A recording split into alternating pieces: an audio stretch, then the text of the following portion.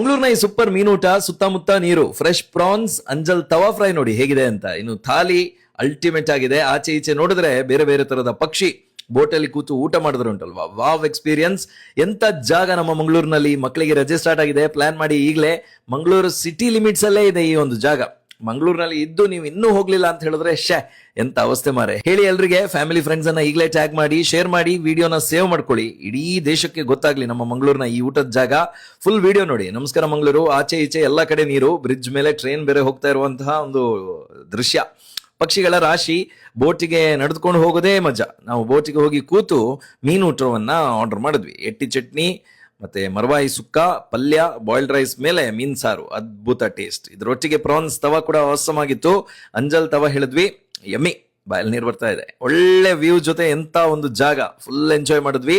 ಇದಿರೋದು Morgan's gate ಇದೆ ಅಲ್ವಾ ನಮ್ಮ ಮಂಗಳೂರಿನಲ್ಲಿ, ಅಲ್ಲಿ ಲೋಬೋಸ್ ರಿವರ್ ವ್ಯೂ ಅಂತ ಇದೆ. ಅಲ್ಲಿ ಕ್ರೂಸ್ ಅಂಡ್ ಡೈನ್ ದೊಡ್ಡ ಬೋಟ್ ಅನ್ನ ನೀರಲ್ಲಿ ಇಟ್ಟಿದ್ದಾರೆ.